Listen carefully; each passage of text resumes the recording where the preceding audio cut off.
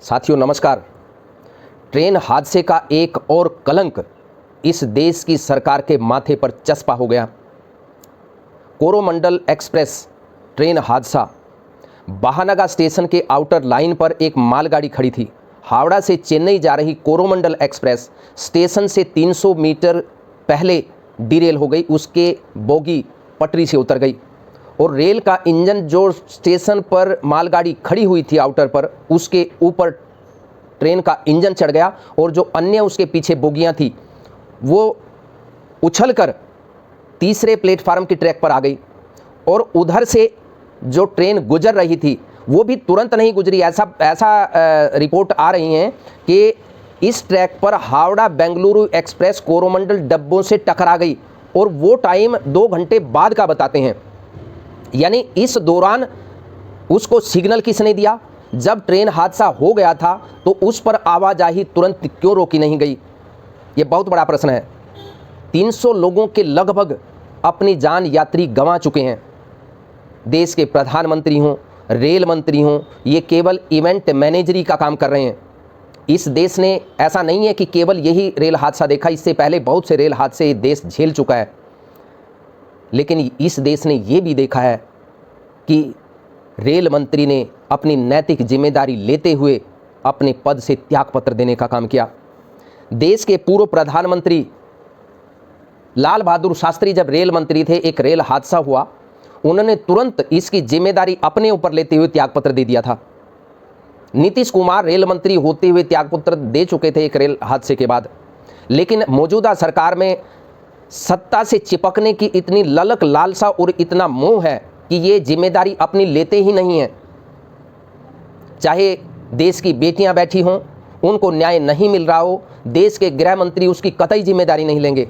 देश के प्रधानमंत्री राजस्थान में जाकर के महिलाओं के सम्मान की बातें करते हैं, लच्छेदार भाषण देने का काम करते हैं, लेकिन देश की बेटियां उनको नजर नहीं आ रही। रेल हादसे में 300 लोग मर गए, लेकिन कोई नैतिक जिम्मेदारी सत्ता में बैठे हुए कोई मंत्री नहीं ले रहा है। क्या इनकी संवेदनाएं मर गई हैं? अश्वनी वैष्णव, उनको तुरंत अपनी जिम्मेदारी लेते हुए त्यागपत्र दे देना चाहिए था, लेकिन वो तो केवल मोदी सरकार के महिमा मंडन में लगे हुए हैं। उनका तो ट्वीट तक तुरंत नहीं आया। अब घोषणा कर रहे हैं कि हम मौके पर जाएंगे, मौके पर दिखाई भी दिए, लेकिन लानत मलानत जब इनकी करने लगा तब इनको लगा कि हमें वहां जाना चाहिए। अश्वनी वैष्णवी का तो ट्वीट ही बहुत देर के बाद आया। और देश के प्रधानमंत्री हों या रेल मंत्री, उनको कहीं ना कहीं नैतिक जिम्मेदारी स्वीकार करनी चाहिए, क्योंकि अब रेलवे कह रहा है कि इसमें कोई सिग्नल प्रॉब्लम नहीं थी, रिपोर्ट भी इनकी आ गई।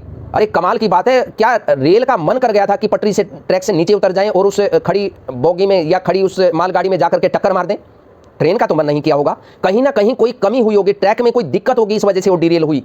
और ट्रैक में अगर दिक्कत हुई है, ट्रैक प्रॉपर तरीके से उसमें बैलेंस नहीं था, कोई पैरेलल लाइन उसके अगेंस्ट जा रही थी, तभी वो डिरेल हुई। और इसकी जिम्मेदारी कौन लेगा?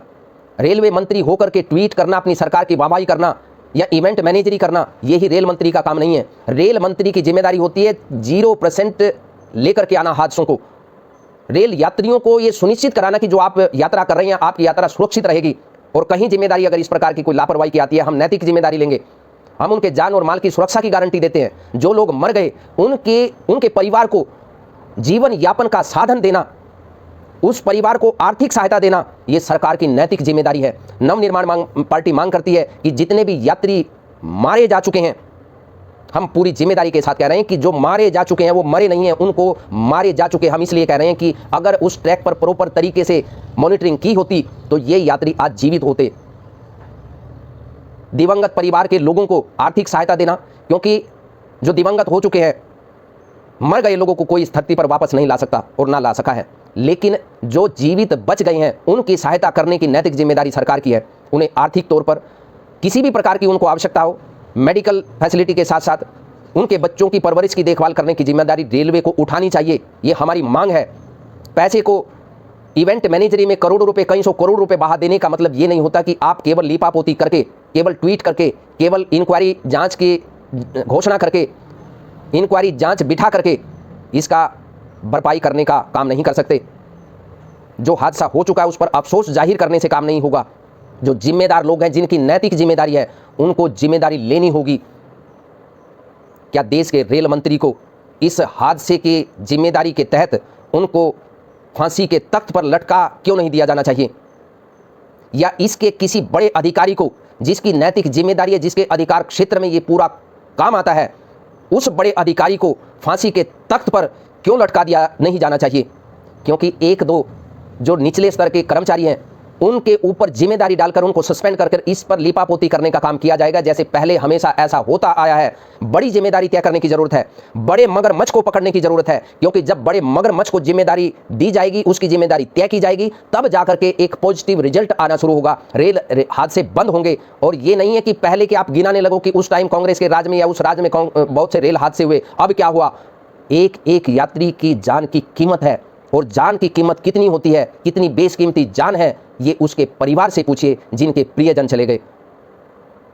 हम दिवंगत आत्माओं के प्रति अपनी श्रद्धांजलि व्यक्त करते हैं और नवनिर्माण पार्टी सरकार से मांग करती है कि इंक्वायरी का ढोंग करने से पहले तुरंत उनको आर्थिक सहायता, मेडिकल सहायता, उनके बच्चों की परवरिश की गारंटी और उसके माता पिता या जो भी संबंधी इस यात्रा में मारे गए यात्रियों के ऊपर जो निर्भर रहने वाले परिवार के सदस्य हैं, उनको हर प्रकार की सहायता देने की जिम्मेदारी रेलवे उठाए, बिना किसी देरी के घोषणा करे। केवल 1-2 लाख रुपए देने से उनकी भरपाई, उनका जीवन यापन नहीं चल पाएगा।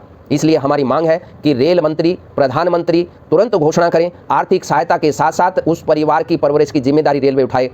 हमारी संवेदनाएं उन दिवंगत आत्माओं के प्रति है जो इस देश की विभूति कल तक हुआ करते थे, महत्वपूर्ण लोग हुआ करते थे और हमें छोड़कर चले गए। हम उम्मीद करते हैं कि भविष्य में इस प्रकार का रेल हादसा ये देश ना कभी देखे। बहुत बहुत धन्यवाद। नमस्कार। राम राम।